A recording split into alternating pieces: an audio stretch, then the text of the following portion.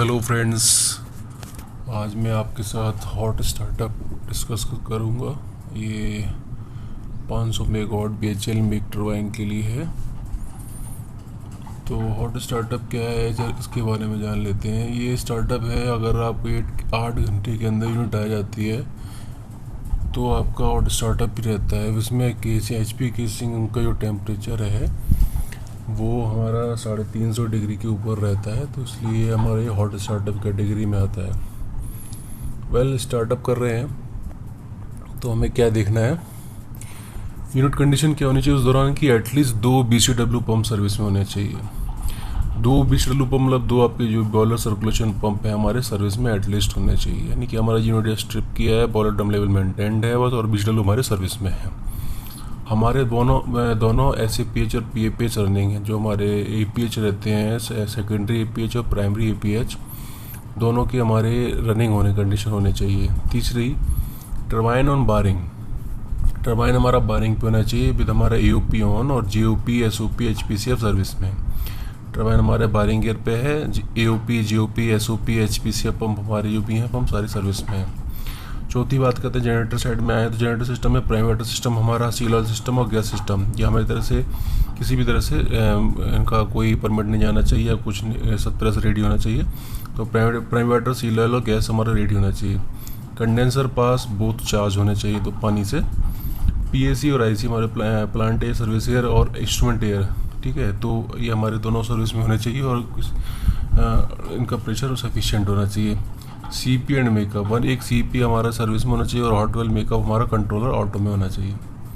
PRDS की बात कर लेते हैं। PRDS क्या है, प्रेशर रिड्यूसिंग डिसऑपरेटिंग स्टेशन जो होता है उसमें 13.5 kg प्रेशर होना चाहिए, टेम्परेचर 260 के ऊपर होना चाहिए। ये बगल वाली यूनिट से या जो इस यूनिट से लिंक है आपका उससे बढ़ा के प्रेशर बढ़ा के ऑटोमेटर लगा के उसको हम लाइन अप करके इसको 13.5 kg बना सकते हैं।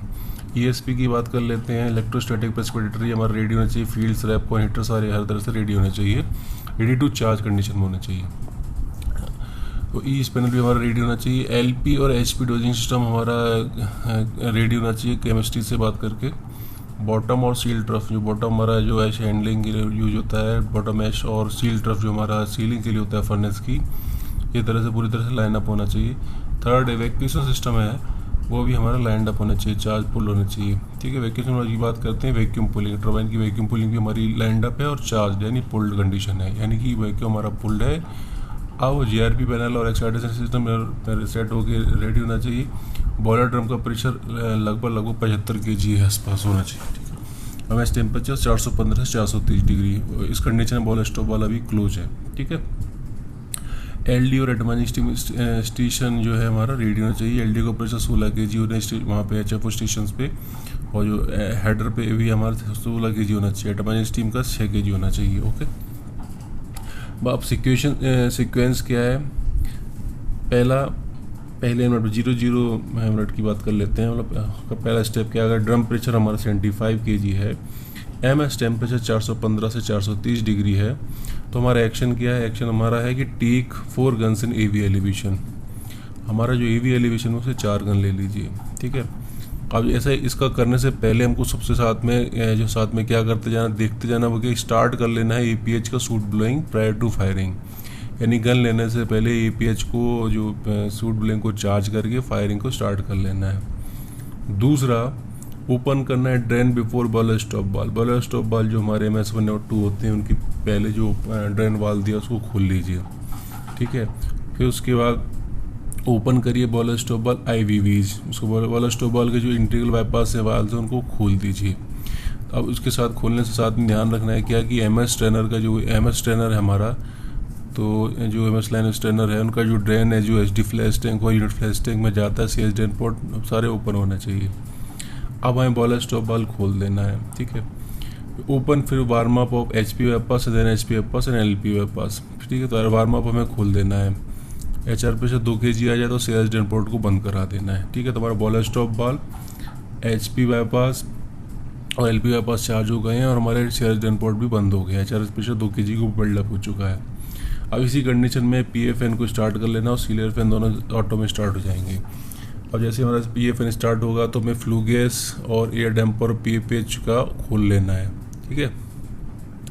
लाइनअप करना है मेलिंग सिस्टम में, तो उसका किसी 3 मिल का मिनिमम 3 मिल का कोल्ड एयर गेट और कोल्ड टेम्पर को फैन PFI स्टार्ट करने से पहले खोल लेना है।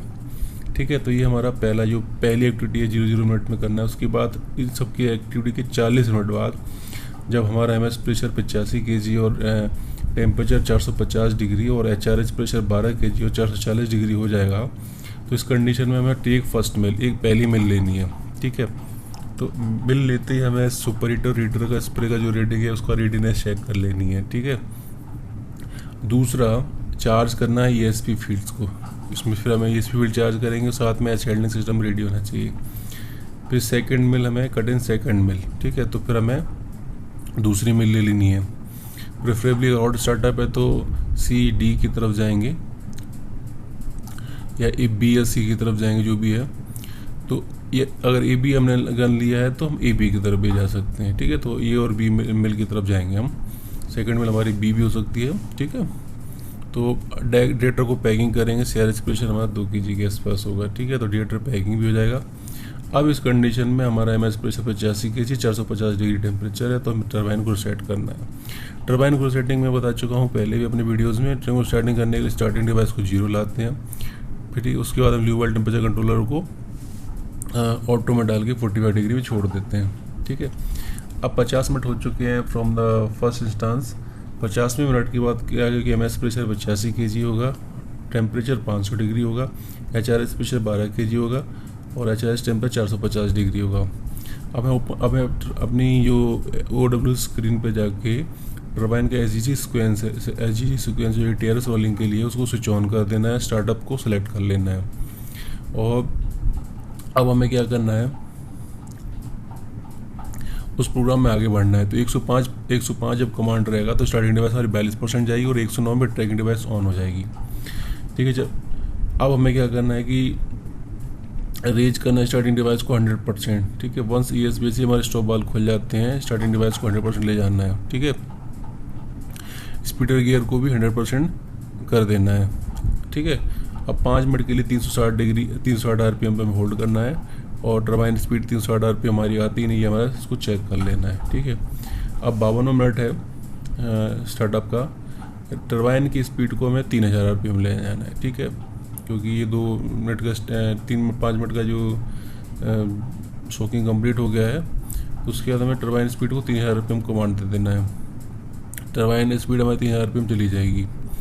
इसमें क्या है ना कि ATRS 116 जैसे कंप्लीट होगा, ATRS प्रोग्राम को क्लोज कर देना है। ठीक है, टर्निंग गियर 240 RPM बंद हो जाएगा और 540 RPM पे GOP बंद हो जाएगा। इस पर हमें बेयरिंग का टेम्परेचर, पेडस्टल शाफ्ट वाइब्रेशन और TSI को ऑब्जर्व करना है। अब AVR को ऑटो में डालना है, तो साथ में ऑब्जर्व करना है कि ये 3000 RPM पहुँचते हमारा AOP ऑफ हो गया है। फिर हमें फील्ड ब्रेकर को क्लोज करना है। जैसे फील्ड ब्रेकर क्लोज करेंगे, साथ में हमें देखेंगे कि GT के कूलिंग फैन स्टार्ट हो गए हैं। ठीक है, फिर हम क्या अपने इलेक्ट्रिक कंट्रोल पैनल है वहाँ पे जाके GCB ब्रेकर है उसको सेलेक्ट करेंगे और सिंक को ऑन करेंगे। फिर हम सेलेक्ट करेंगे ऑटो सिंक्रोनाइजर मेड को ऑन करके लोड रेफरेंस 50 मेगावाट देके PRMX 75 मेगावाट देके छोड़ देंगे। अब सिंक्रोनाइज कर देंगे जनरेटर को विद ग्रिड से। ठीक है, स्पीड सेट पॉइंट को 8 RPM और 20 मेगावाट विल भी कम, तो हमें 15 RPM का एक पल्स दे देना है और 50 मेगावाट हमारा आ जाएगा। और फिर स्पीड पॉइंट को फिर हम थोड़ा सा जो स्पीड कंट्रोलर से सेट पॉइंट को स्मॉल पल्स दे देंगे। फिर HPO पास को ऑटो में डाल के LPO पास भी बंद कर देंगे और हमारा सेट पॉइंट को जो रनिंग प्रेशर से उससे 2 से 4 kg 5 kg बढ़ा के HPO पास को ऑटो में डाल देंगे। अब 1 घंटा हो चुका है, तो लोड हमारा 60 में 1 घंटे के अंदर हमारी यूनिट आ चुकी है। लोड हमारा 50 से 60 मेगावाट है। अब हमें LPटर को 2 और 3 को कट इन कर लेना है, साथ में ST और UT का चेंज ओवर कर लेना है। इसी दौरान MS प्रेशर 85 kg है और टेम्परेचर 500 डिग्री है, HRS प्रेशर 16 kg और HRS टेम्परेचर 470 डिग्री है। अब हमने LPटर को चार्ज कर लिया, उसके बाद हमें PRDS से डिहाइड्रेटर को भी हीटिंग सिस्टम आउट कर लेना है और नॉर्मल डिहाइड्रेटर को चार्ज कर लेना है। ठीक है, सारे कंट्रोल ऑन करके PRDS, अब ये हमने कट वाले कंट्रोल को ऑटो में डाल देना है। अब 65 मिनट हो चुका है, लोड हमारा 150 मेगावाट आ चुका है, MS प्रेशर 100, 500 डिग्री हमारा टेम्परेचर है, HRS प्रेशर 20 और 480 हमारा HRS टेम्परेचर है। BLI हमारा 600 टन के पास पर पहुँच चुका है। ट्रिम डिवाइस कंडीशन में ऑफ रखी है मैंने भी। चार्ज करना है हमें PRDS फ्रॉम CRH। अब हमें CRH से PRDS को चार्ज कर लेना है। फिर हमें अपना कट इन कर लेना है HP हीटर्स को। 150 वोल्ट के आसपास हमें HP हीटर को कटिंग करना है, बारी बारी से कटिंग कर लेना है। फिर हमें स्टार्ट करना है दूसरा CP 150 मेगावाट पे, और फर्स्ट TDP को लोड ले लेना है 170 मेगावाट पे। हमें लोड पे उसको रोलिंग पे रखे हुए थे, लेकिन उसको 170 मेगावाट के आसपास उसको लोड पे ला देना है। फिर हमें इस दौरान MS और HRS टेम्परेचर को स्प्रे से कंट्रोल करना है। रेडिएटर पैकिंग को CRS से एक्सट्रैक्शन की तरफ लाना है, ठीक है। और इस दौरान 150 मेगावाट के बाद हमें तीसरी मिल को ले लेना है। अब 70वां मिनट हो चुका है। लोड हमारा 230 से 225 मेगावाट के आसपास आ चुका है। MS टेम्परेचर 100, MS का जो पैरामीटर है 120 और 500 है। HRS के 25 और 450 है। BLI हमारा 800 टन के आसपास है। इस कंडीशन में हमें चौथी मिल ले लेनी है। कट इन चौथी मिल करिए। कट ऑफ अब हमें 250 मेगावाट हो गया, सेल्फ सस्टेन हो गया, 4 मिल आ चुकी हैं। हम अब ऑयल सपोर्ट आउट कर सकते हैं। ऑयल सपोर्ट तभी आउट करेंगे जब हमारे स्कैनर सारे हेल्दी हैं कि नहीं।